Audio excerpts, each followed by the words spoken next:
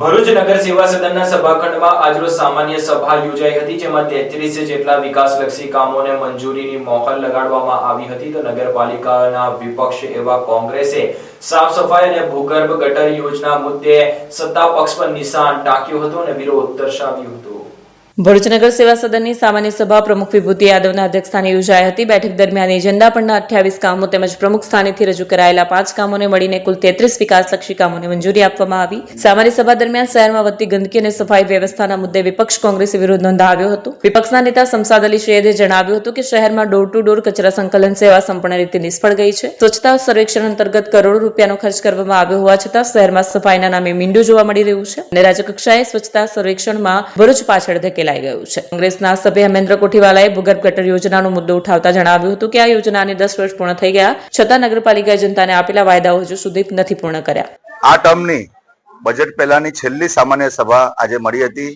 તેમાં ખાસ કરીને ભરૂચ શહેરના અંદર જે રીતે ડોર ટુ ડોરની સર્વિસ છે એ કહી શકાય કે જે એના વર્ક ઓર્ડર પ્રમાણે 30 દિવસની સર્વિસ હોય છે કચરો લેવાની, એ 27 લાખ રૂપિયા નગરપાલિકા દર મહિને ચૂકવે છે. તે છતાં પણ ડોર ટુ ડોર દરેક વિસ્તારના અંદર બિલકુલ નિષ્ફળ છે. 2-3 દાડાના આશરે વિસ્તારોના અંદર કચરો લેવા જાય છે અને સાથે સાથે જે રીતે સ્પોટના ઉપરથી કચરાની જે કચરા ભરવાની કામગીરી પણ એ ડોર ટુ ડોરની છે, એ કામગીરી પણ ડોર ટુ ડોરના કોન્ટ્રાક્ટર દ્વારા કરવામાં આવતી નથી.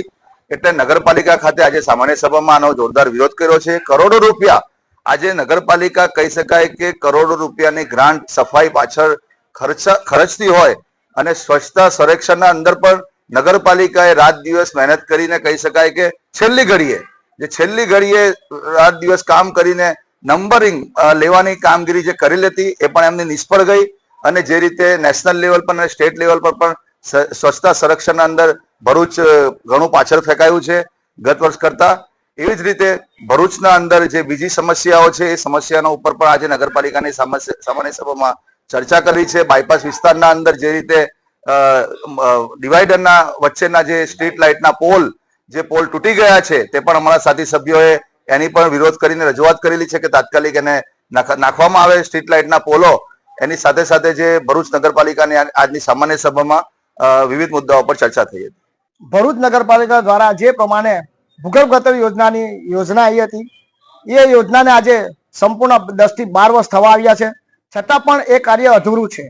સાથે સાથે જે 40 MLD નો પ્લાન્ટ નાખવામાં આવેલો હતો કે ભરૂચ નગરપાલિકાની જે ગટર યોજના છે એના દ્વારા સમગ્ર નેટવર્ક નાખીને 40 MLD પાણી પહોંચાડીશું અને 40 MLD પાણી આપ્યા પછી એને કોઈ કંપનીમાં અમે રિસાયકલિંગ કરી અને એને અમે વેચીશું અને 1 કરોડની વાર્ષિક આવક નગરપાલિકાએ ઠરાવ દ્વારા સત્તા પક્ષે કરી હતી. સાથે સાથે આજના મુદ્દે એ પણ એવું કહેવું છે કે જે પણ નેટવર્ક નાખેલું છે અને જે મિની પમ્પિંગ સ્ટેશનો આજે પણ ઉભરાય છે એટલી માત્રામાં ઉભરાય છે કે મહિનામાં 4 થી 5 વાર ઉભરાય છે અને એનું મેન્ટેનન્સ કરવું હોય તો કોને કહેવું, કેમ કે એજન્સીઓ એટલી બધી બદલાઈ ગઈ છે. તો ભરૂચ નગરપાલિકાના અધિકારીગણને પણ ખબર નથી કે એજન્સીઓ કઈ દિશામાં કામ કરે છે. જે નેટવર્ક શહેરી વિસ્તારમાં નાખેલું છે, સોસાયટીઓમાં છે, આજે એના પણ જોઈન્ટ્સ હજુ બાકી છે અને ખુલ્લે આમ એ જ ગટર યોજના એ જ શૌચાલયો આજે પણ બહાર જાય છે અને ખારકુવા પણ બહાર ઉભરાઈ રહેલા છે. તો મારે આ નગરપાલિકાના સત્તાધીશોને કેવું છે કે આ યોજના ક્યારે પૂરી થશે. વિપક્ષના આરોપોને જવાબ આપતા ભરૂચ નગર સેવા સદનના પ્રમુખ વિભૂતિ યાદવે જણાવ્યું હતું કે ભરૂચ શહેરનો ચારે તરફ ઝડપી વિકાસ થઈ રહ્યો છે, જે જોઈને કોંગ્રેસ બોખલાઈ ગઈ છે અને તેથી જ સામાન્ય સભામાં ધમપછાડા કરી રહી છે. નમસ્કાર. આજ રોજ ભરૂચ નગરપાલિકામાં સામાન્ય સભા યોજાઈ હતી. એજન્ડામાં 28 મુદ્દા હતા અને 5 મુદ્દા અધ્યક્ષ સ્થાનના હતા. ભરૂચના વિકાસના કામોની અનેક રીતે ચર્ચા થઈ છે અને આવનાર દિવસોમાં ભરૂચને હજુ વિકાસશીલ અને વિકસિત ભરૂચ બનાવીશું એ અમારી જવાબદારી છે. જેમ કે મક્તમપુર આઉટગ્રોથ વિસ્તારમાં 8 કરોડનું ટેન્ડર પણ અમે કરી દીધું છે. સ્ક્રેપની ગ્રાન્ટનું પણ ટેન્ડર થઈ ચૂક્યું છે. એ ટેન્ડરો ખુલે એટલે તરત જ અમે ભરૂચ શહેરમાં કામોનો શરૂઆત કરીશું. જેવી રીતે આજે કોંગ્રેસના સભ્યો ઉછળતા હતા, ભરૂચ જેવી રીતે વિકાસની ગતિ ઝડપી કરી રહી છે તેમાં કોંગ્રેસ બોખલાઈ ગઈ છે એટલે ગમે તે રીતે ધમપછાડા કરી રહી છે.